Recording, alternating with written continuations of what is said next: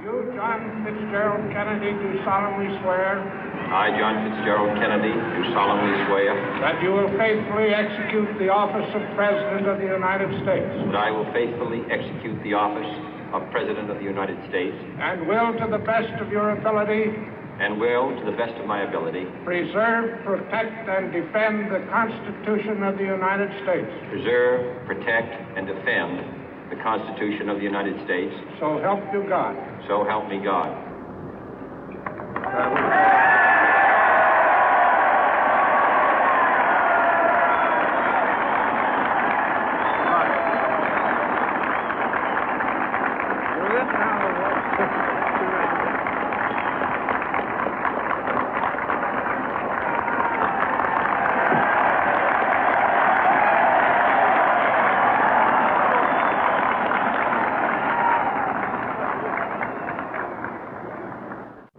Vice President Johnson, Mr. Speaker, Mr. Chief Justice, President Eisenhower, Vice President Nixon, President Truman, Reverend clergy, fellow citizens. We observe today not a victory of party, but a celebration of freedom, symbolizing an end as well as a beginning, signifying renewal as well as change. For I have sworn before you and Almighty God the same solemn oath our forebears prescribed nearly a century and 3/4 ago. The world is very different now, for man holds in his mortal hands the power to abolish all forms of human poverty and all forms of human life. And yet the same revolutionary beliefs for which our forebears fought are still at issue around the globe. The belief that the rights of man come not from the generosity of the state, but from the hand of God. We dare not forget today that we are the heirs of that first revolution.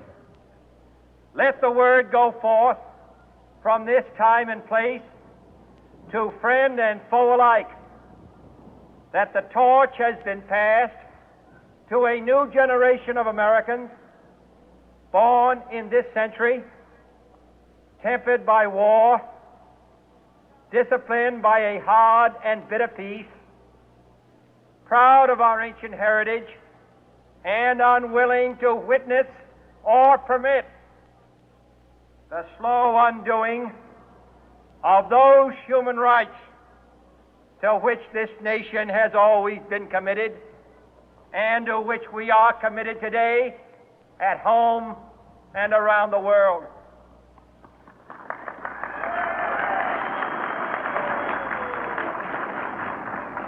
Let every nation know, whether it wishes us well or ill, that we shall pay any price, bear any burden, meet any hardship, support any friend, oppose any foe to assure the survival and the success of liberty.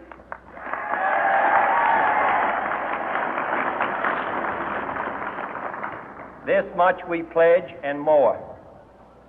To those old allies whose cultural and spiritual origins we share, we pledge the loyalty of faithful friends. United, there is little we cannot do in a host of cooperative ventures. Divided, there is little we can do, for we dare not meet a powerful challenge at odds and split asunder.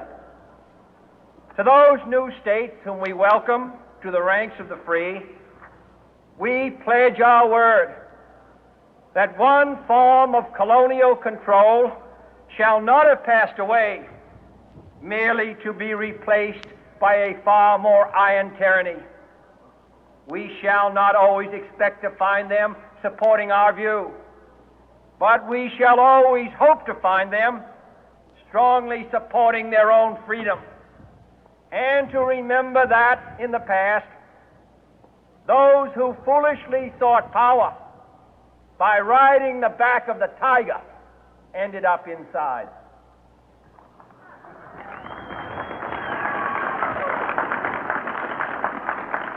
To those people in the huts and villages of half the globe struggling to break the bonds of mass misery, we pledge our best efforts to help them help themselves for whatever period is required, not because the communists may be doing it, not because we seek their votes, but because it is right.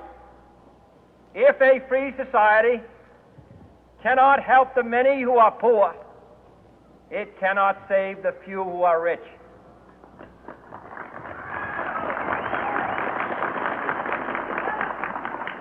To our sister republics south of our border, we offer a special pledge to convert our good words into good deeds, in a new alliance for progress, to assist free men and free governments in casting off the chains of poverty. But this peaceful revolution of hope cannot become the prey of hostile powers. Let all our neighbors know that we shall join with them to oppose aggression or subversion anywhere in the Americas. And let every other power know that this hemisphere intends to remain the master of its own house.